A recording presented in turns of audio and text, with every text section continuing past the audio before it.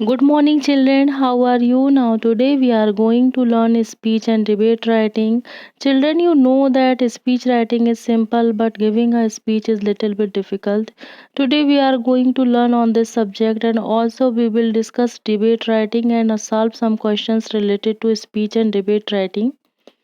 Children, in class 11 from speech and debate writing full 5 marks question come up in your examination, which will descriptive or argumentative, speech writing भाषण लेखन, debate writing वाद विवाद लेखन। यह हमारा आज का टॉपिक है। इसमें 5 मार्क्स का आपका फुल क्वेश्चन 11th क्लास में आने वाला है। So let's go. Introduction of speech.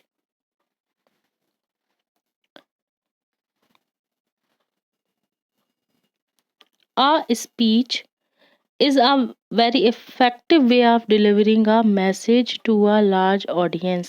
Speech एक इफेक्टिव वे होता है, रास्ता होता है किसी मैसेज को डिलीवर करने का बहुत सारे लार्ज ऑडियंस मतलब बहुत सारे जनसमूह में। It is also one way of conveying the message of awareness with social issues. जो सामाजिक मुद्दे होते हैं उन मुद्दों में अवेयरनेस यानी जागरूकता फैलाने की जागरूकता लाने के उद्देश्य से जो संदेश दिए जाते हैं, कन्वेइंग किए जाते हैं, वह भी स्पीच के थ्रू किए जा सकते हैं। और giving information on other important issues, जो बहुत सारे मुख्य मुद्दे होते हैं उस पर कोई जानकारी देनी है, स्पीच के थ्रू दी जा सकती है। Most probably it is similar to an article. मुख्य रूप से यह एक आर्टिकल के जैसे ही है, except that it begins with a formal address. फर्क यह है कि इसकी शुरुआत जो होती है औपचारिक उद्बोधन टू द गैदरिंग, मतलब बहुत सारे जनसमूह में औपचारिक उद्बोधन के द्वारा स्पीच की शुरुआत की जाती है। And in the concluding part it ends with thank you. इसका जो कंक्लूडिंग पार्ट होता है, आखिरी हिस्सा होता है, वह थैंक यू के साथ में एंड किया जाता है। ड्राफ्टिंग अ स्पीच, एक स्पीच को कैसे लिखा जाता है। Here are some useful tips to draft an effective speech. First one is keep in mind the target audience while writing a speech. जो भी आपके लक्ष्य जनसमूह है उससे आप अपने दिमाग में बनाएं, उसके आधार पर आपकी स्पीच आप राइट करें, लिखें। B rational, concise and precise, तर्कसंगत, संक्षिप्त और सटीक हों। इसी स्पीच में तर्कसंगतता और सटीक और वे संक्षिप्त होने चाहिए। डोंट बी टू इनफॉर्मल, बहुत अनौपचारिक मत बनो स्पीच राइटिंग में। Pay attention, first one is pay attention to clarity of thought and expression. जो विचार और भाव होते हैं उसकी क्लैरिटी यानी शुद्धता पर ध्यान दो। And correctness of usage and grammar, उपयोग और जो व्याकरण है उसकी शुद्धता पे भी यहाँ पर ध्यान दिया जाए। Make the beginning quite dramatic and interesting. जो शुरुआत होती है ना उसको काफ़ी नाटकीय और दिलचस्प बनाते हैं स्पीच राइटिंग में। Conclude on a note of hope, warning और कॉशन, आशा, चेतावनी और सावधानी पर निष्कर्ष निकालें। Don't use too many jokes, बहुत ज़्यादा चुटकुलों का प्रयोग नहीं। एनेक्डोट्स, उपाख्यान नहीं। एंड लॉन्ग कोटेशंस, लंबे लंबे उदाहरणों का भी प्रयोग जो है स्पीच राइटिंग में नहीं करना। बीइंग your speech with a salutation as honourable principal, respected teachers and dear friends.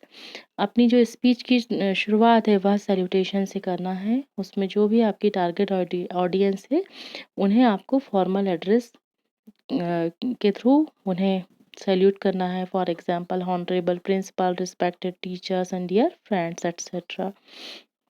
Good morning, good afternoon.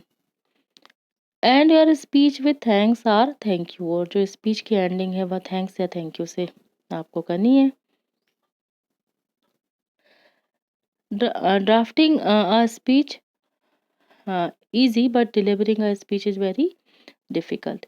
Most of us can write a speech but find it difficult to deliver it properly. Means इसे deliver करने में थोड़ी सी मुश्किलें तो आती हैं। What we can do, here are some tips. Enter the stage confidently. यदि आप कोई स्पीच देने जा रहे हैं, स्टेज पे आप कॉन्फिडेंटली एंटर हों। Make an eye contact with the audience. जो जनसमूह है उससे आई कांटेक्ट बनाएं। Control your voice and tone. अपनी आवाज़ और टोन कंट्रोल रखें। Do not make wild gestures. अनुपयुक्त जो इशारे हैं अपने ना करें। Learn to speak with a proper accent. और अच्छे से शब्दों का प्रॉपरली उच्चारण करें। इसकी बोलने के लिए इसे सीखें, सही आपका उच्चारण हो, इसके लिए आप प्रैक्टिस करें। Listen to good speakers again and again and try to emulate one of them in the beginning. अच्छे वक्ताओं को बार बार सुने और शुरुआत में उनमें से किसी एक का अनुकरण करने का प्रयास करें। इम्यूलेट करना मतलब उनके जैसे उन्हें उनका अनुकरण करना means.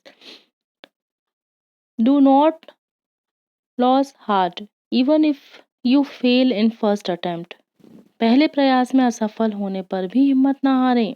Continue speaking in the public. जनता में बोलना जारी रखें। You will become a good speaker one day. आप एक दिन अच्छे वक्ता बन जाएंगे।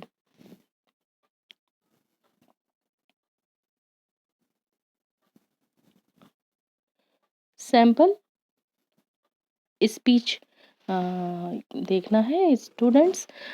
स्पीच का भी एक सीक्वेंस होता है। सबसे शुरू में heading. After heading we write formal address and introduction of the topic and below it exposition and ending with conclusion and at last formal thanks।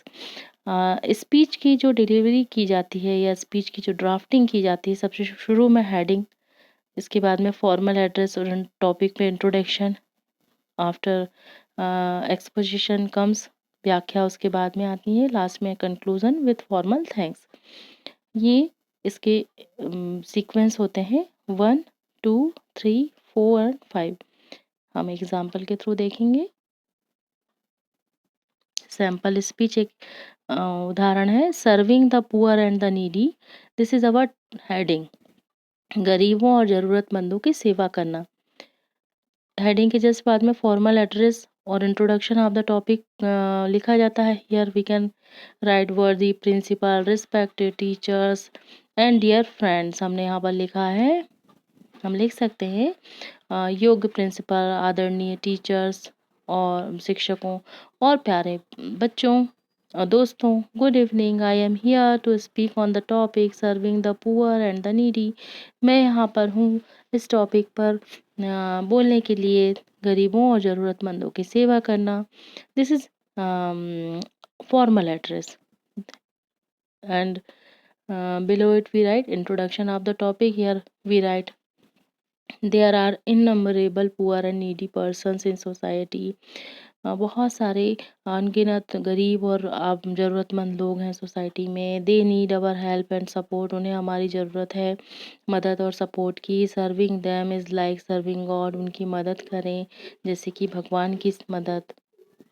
This is introduction and after that we write exposition. यहाँ पर हम exposition करेंगे, व्याख्या लिखेंगे। At our age we may not be able to do much. हम अपने उम्र में बहुत कुछ करने में सक्षम नहीं हो सकते। But even a little is significant. लेकिन थोड़ा भी महत्वपूर्ण है। Whenever we have some money और फूड टू स्पेयर। जब कभी भी हमारे पास कुछ पैसे या भोजन हो कुछ अतिरिक्त में, we must give it to some needy person. वह हमें किसी ज़रूरतमंद को ज़रूर देना चाहिए। If beggar is blind. यदि कोई गरीब जो है वह उसकी आँखें नहीं हैं। Even your help of making him cross a road is a noble and charitable act. आपका जो उस सड़क पार करने की आपकी जो कोशिश है वह एक नेक और धर्मार्थ कार्य हो सकता है। It is as good an act as given somebody arms. किसी को यह भिक्षा देने के जैसे ही अच्छा कार्य होगा। डू नॉट बी rude और dismissive to a poor needy person। जो पुअर यानी गरीबी और ज़रूरतमंद लोग होते हैं ना, उनके लिए कि आप र्यूड ना हो, मतलब रूखे ना हो। Remain polite even though you can not meet his demand. तब भी जब आप उसकी मदद करने में सक्षम ना हो, तब भी आप पोलाइट, ये विनम्र बने रहें। This is exposition of our speech, and at last we write conclusion. Here we write, give as much as you can, pray to God that you remain in a position to give with your open hands, means mm, uh, दे जितना आप दे सकें। ईश्वर से प्रार्थना करें, भगवान से प्रार्थना करें कि आप एक स्थिति में रहें, आपके साथ एक हाथ है देने के लिए, खुला हाथ, ओपन हैंड है देने के लिए। रिमेंबर, याद रखें, the blessed are those who give rather than take something. धन्य है वे जो कुछ लेने के बजाय देते हैं। This is conclusion of our topic and and with thank you. हमने एंड किया फॉर्मल एड्रेस, हाँ फॉर्मल थैंक्स के साथ हमने थैंक यू लिखा। आप देख रहे हैं इसमें जो 5 पॉइंट्स हमने देखे थे। सबसे पहले heading, just after formal address and introduction of the topic. यहाँ पर हमने फॉर्मल एड्रेस, इंट्रोडक्शन टॉपिक का हुआ। इसके बाद में हमने यहाँ एक्सपोजिशन, व्याख्या की। इसके बाद में हमने कंक्लूजन पॉइंट लिखे, और सबसे लास्ट में हमने थैंक यू के थ्रू फॉर्मल थैंक्स कहा। आप देख रहे हैं कि इस तरीके से कोई भी स्पीच हम लिख सकते हैं। क्वेश्चन देखेंगे, you have to speak on pollution in the school morning assembly. आपको स्कूल की सुबह की प्रार्थना सभा में पॉल्यूशन यानी प्रदूषण पे बोलना है। प्रिपेयर और स्पीच नियरली 150 to 200 वर्ड्स। आपको 150 से 200 शब्दों में एक स्पीच लिखनी है, तैयार करनी है। Respected principal madam, teacher and dear students.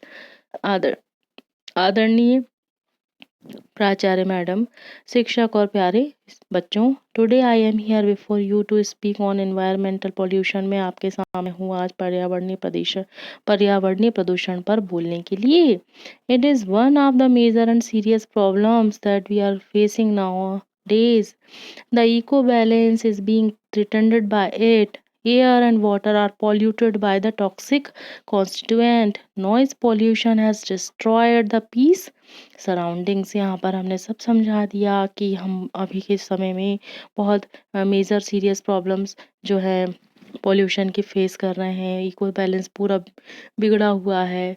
Toxic constituent जो है, विषैले तत्व जो हैं, उन्होंने हवा और वायु को क्या किया है, प्रदूषित किया है।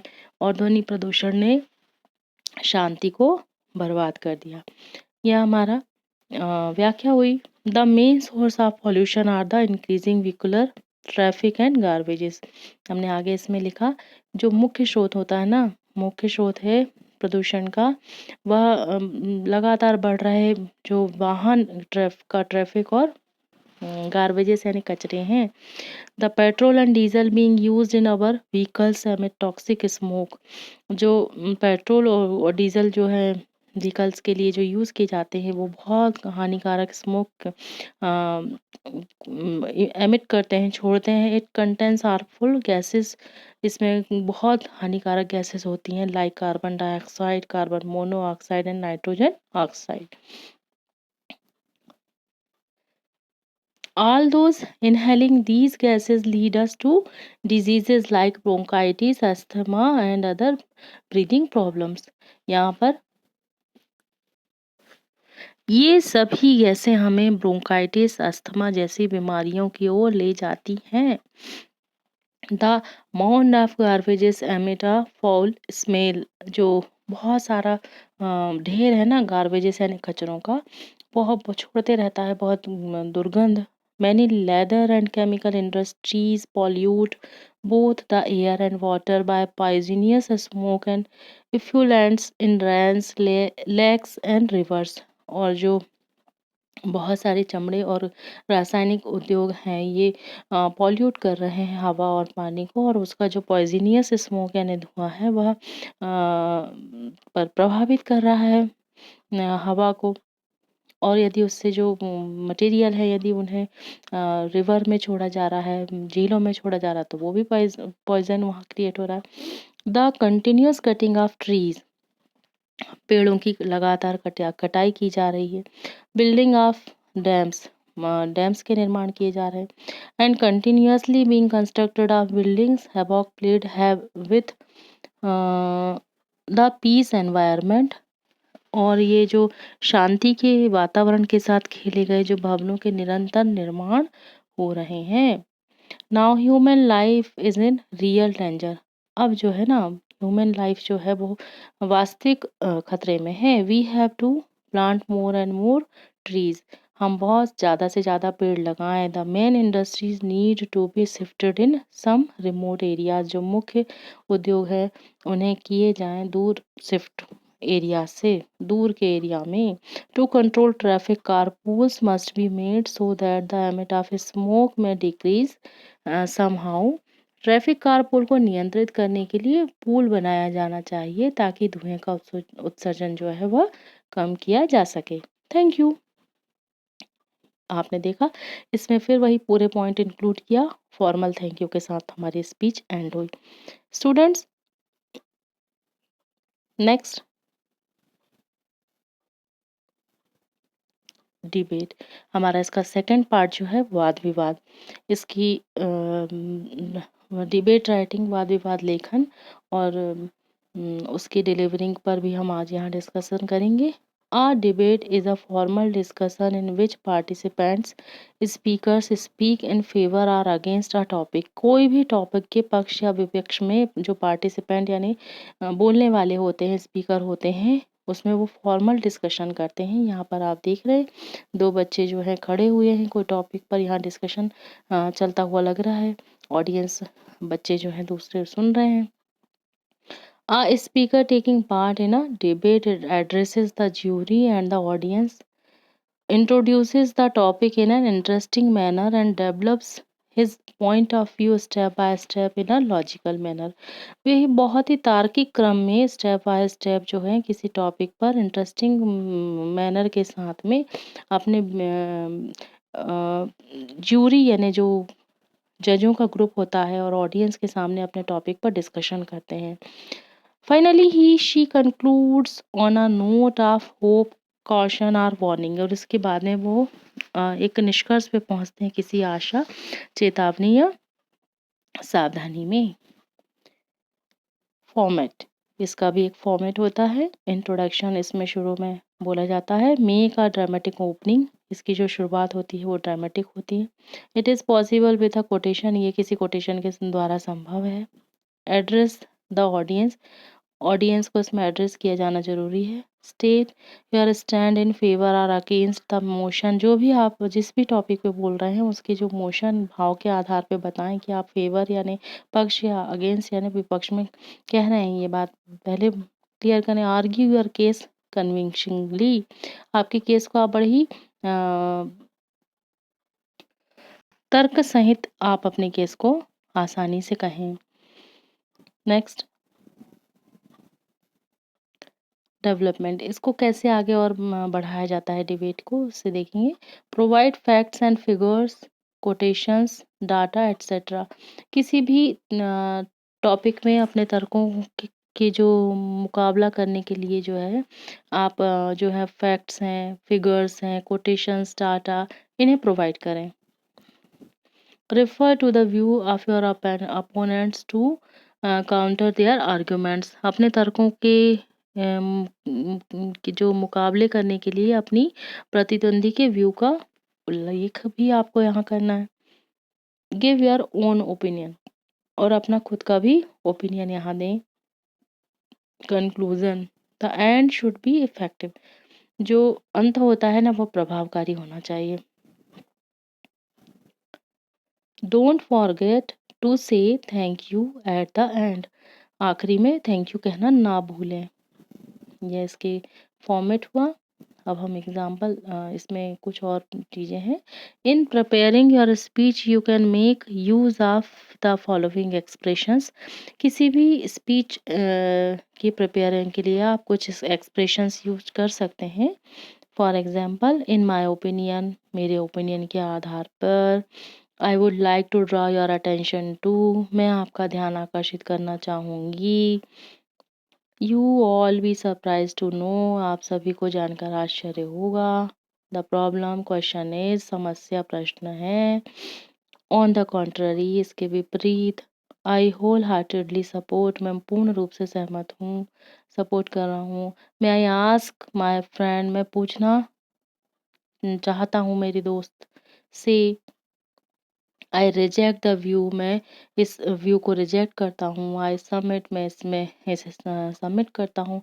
It is surprising but true, यह आश्चर्यजनक है परंतु सही। The gist of the matter is, इस मैटर का सार है। आई फेल टू अंडरस्टैंड, मैं समझने में असफल हूँ। ये कुछ एक्सप्रेशंस होते हैं जो स्पीच के प्रिपेयरिंग के लिए किए जा सकते हैं। Begin with a formal address to the audience as, जब ऑडियंस को आप फॉर्मल एड्रेस करते हैं वो किस तरीके से करें। Good morning, afternoon, good afternoon everybody, और respected principal and gentleman, good morning, और ladies and gentleman, good morning, और friends and good morning, friends and students, anybody, good morning. इस तरीके से जो फॉर्मल एड्रेस होते हैं वो ऑडियंस में किए जाते हैं। फॉर्मेट, अभी हमने एक फॉर्मेट देखा था, बस उसी को ही इसी में आप हमें देखना है। डिबेट राइटिंग में भी सैल्यूटेशन सबसे शुरू में आता है जिसे हम फॉर्मल एड्रेस कह सकते हैं। इंट्रोड्यूसिंग द टॉपिक, इसके जस्ट आफ्टर इसमें लिखा जाता है, बोला जाता है। Making the point solid and clear, जो भी पॉइंट आप बोल रहे हैं डिबेट में उसको सॉलिड और क्लियर फॉर्म में कहें। क्रिटिसाइजिंग द अपोजिट व्यू, जो आपका विरुद्धार्थी, जो आपका डिबेटर वहाँ पर है, उसके लिए आप अपोनेंट के व्यू को क्रिटिसाइज करें, उसकी आलोचना करें। एसेशन, उसकी जो भी है उसकी आपको यहाँ आलोचना करनी होती है। कंक्लूजन, अपील एंड थैंक्स, आखिरी में निष्कर्ष, प्रार्थना और थैंक्स के साथ कोई डिबेट जो है वो एंड किया जाता है। Question, you have been selected to participate in the debating contest. Take a stand against or in favor of the statement. Flattery is a desirable art. Prepare your speech. आपका you have been selected to participate in debating contest, आपका selection हुआ है debating contest में debate करने के लिए। Take a stand against और in favour of the statement, flattery is a desirable art. चापलूसी या जिसे खुशामद कहेंगे, ये एक इच्छापूर्ण कला है। इस टॉपिक पे आपको डिबेट प्रिपेयर करना है। Good afternoon everybody, I stand before you to favour the view that flattery is a desirable art, मैं आपके सामने हूँ, खुशामदगी एक इच्छापूर्ण कला है इस विषय पे। Those who think it is harmful and biased in nature are impartial impractical, जो ये सोचते हैं कि ये हानिकारक है, ये अव्यावहारिक है। It is a fact that it has been in vogue since this word came into existence. In our world, nothing much can be achieved without flattering the right person. इस विश्व में कुछ भी अचीव नहीं किया जा सकता खुशामद खोरी के द्वारा किया जाता है, मतलब जरूरी होती है खुशामद खोरी। In my opinion flattery is an art, मेरे ओपिनियन के अनुसार जो चापलूसी है वह एक कला है। It has to be cultivated, ये परिवर्तित की जा सकती है, ये जो की जा चुकी है। A flatterer needs to make his flattery look like genuine praise, ये एक आवश्यक प्रशंसा के रूप में हो गई है। He must have proper words and a lot of patience, इसमें होता है बहुत सारे शब्द और बहुत patience. He must wait for the opportune time to put his art into practice, जो है वह प्रस्तुत करते हैं इस अवसर को सही समय पर उपयोग करने के लिए, जब प्रैक्टिस के थ्रू ये होता है।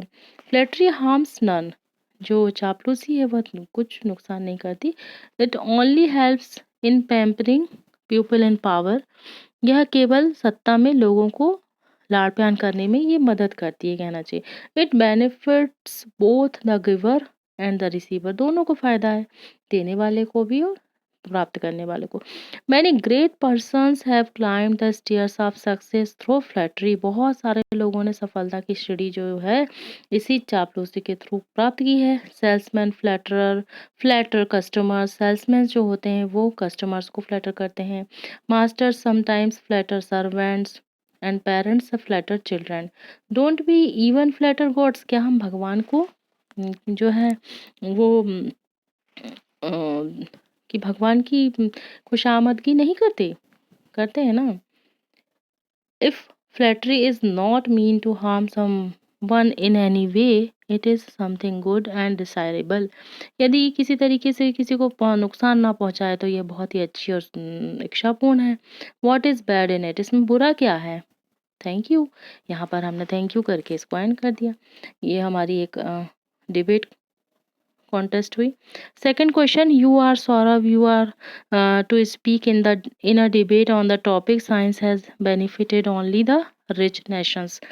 साइंस केवल फायदेमंद है जो है रिच यानी समृद्ध राष्ट्रों के लिए। इस टॉपिक पे आपको एक डिबेट प्रिपेयर करना है।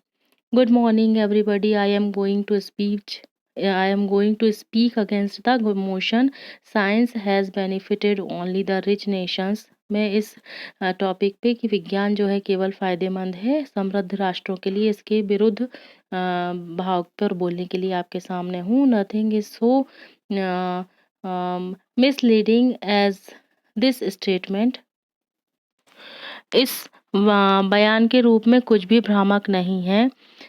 Means first of all I would like to ask the question, सबसे पहले मैं यह प्रश्न पूछना चाहूँगा, aren't we getting the benefit of scientific advancement, क्या नहीं हम वैज्ञानिक प्रगति का लाभ ले रहे हैं। The answer will be yes, जो उत्तर होगा वह सही या हाँ में होगा। There is hardly any field of activity in which science has no benefited the developing nations, ऐसा कोई फील्ड नहीं है जिसने विज्ञान से हमें फ़ायदा ना है, हमारे देश के विकास में फ़ायदा ना पहुंचाया हो विज्ञान ने। As regards medical facilities a revolution has come, इससे जो चिकित्सा सुविधा के संबंध में एक क्रांति जो है वह आ गई है। Latest medical facilities are provided to all, आधुनिक जो सुविधाएं हैं चिकित्सा की वे सबके लिए प्रोवाइड हो चुकी हैं। The UNO has been trying its best to make medical treatment affordable to all, UNO ने जो है पूरी मेडिकल ट्रीटमेंट को सभी के लिए अफोर्डेबल बना दिया है। Information and technology has really change the face of the world, IT और टेक्नोलॉजी का जो सेक्टर है इसने पूरे वर्ल्ड का फेस चेंज कर चुका है। Television and cell phones are now available at different rates, आज ये सभी चीज़ें अलग अलग रेट्स में हैं। They suit almost all pockets, ही सभी पॉकेट्स के लिए सूटेबल है। In the field of education the idea of universal education has become the aim of all nations, जो एजुकेशन का आइडिया है ये यूनिवर्सल एजुकेशन का, ये सब लोगों के लिए सभी राष्ट्रों का एक सपना जो था वह ये हो चुका है। New methods of teaching have reached the door steps of even the poor people, बिल्कुल गरीब लोगों के पास में भी जो है नई मेथड्स हो गई हैं टीचिंग की, पहुंच चुकी हैं। Once again I would like to say that science is for all, मैं एक बार फिर से कहना चाहता हूँ कि विज्ञान सबके लिए है। And its inventions and discoveries are for all, और इसकी जो खोज और आविष्कार हैं वह भी सभी के लिए हैं। Not for a selected few, नहीं कुछ सिलेक्टेड लोगों के लिए। Thank you. सो स्टूडेंट्स, हमने आज स्पीच और डिबेट राइटिंग पर उसके जो फॉर्मेट होते हैं, डेफिनेशंस होती हैं और विद एग्जांपल उसे समझा। आई होप आपको यह समझ में आया होगा। Thank you for watching, have a nice day.